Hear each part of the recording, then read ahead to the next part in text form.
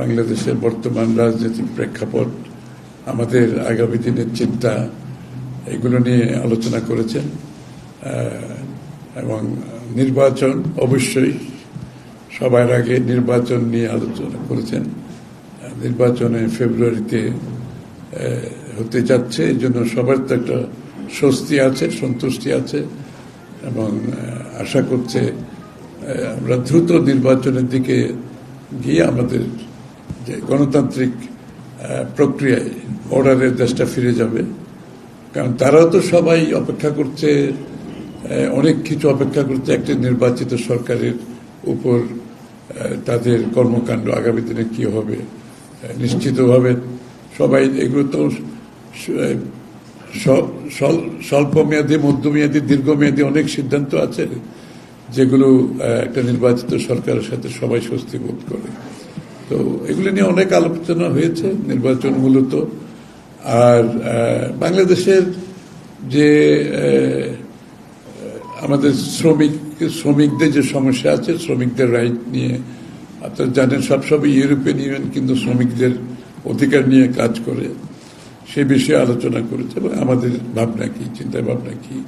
আগামী দিনে পার্লামেন্টকে তারা সহযোগিতা করতে চাচ্ছে এবং পার্লামেন্টের কার্যক্রমকে স্বচ্ছতার সাথে যাতে পরিচালনা করা যায়, তো ইউর পক্ষ থেকে তারা সহযোগিতা করতে চাচ্ছে। এবং যেটা আমাদেরও ইচ্ছা, বাংলাদেশের বিচার বিভাগকে স্বচ্ছতার সাথে পরিচালনা করার বিষয়টি উঠে আসছে এবং বিচার বিভাগে যে সেক্রেটারিয়েট করার যে কথাগুলো আলাপে আসছে, যেটা তো বিএনপির আমরা নিজেরাই প্রপোজাল দিয়েছি, বিচার বিভাগের নিজস্ব সচিবালয় থাকার প্রয়োজনীয়তা আছে। এটাকে যদি আমরা স্বাধীনভাবে চলতে দিতে হয় বিচার বিভাগকে, তার নিজস্ব সচিবালয় থাকা দরকার।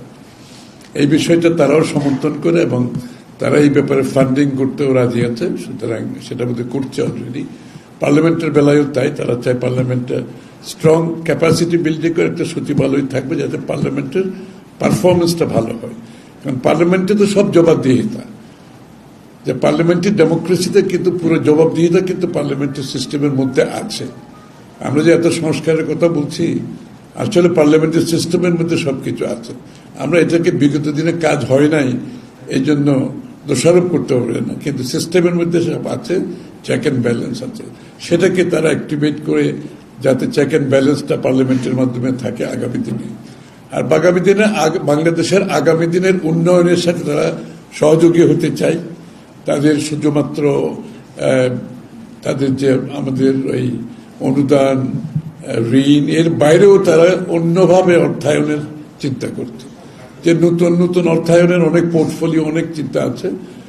বাংলাদেশে বন্ড, গ্রিন বন্ড ইস্যুর মাধ্যমে অর্থায়নের যে অনেকগুলো দিক আছে যেটা আমরা বিগত দিনে করতে পারি নাই, সেগুলো আগামী সরকার আসলে তারা করতে চাচ্ছে, সহযোগিতা করতে চাচ্ছে। অর্থনৈতিকভাবে আমাদের উন্নয়ন কর্মকাণ্ডে অংশীদার হতে চায়।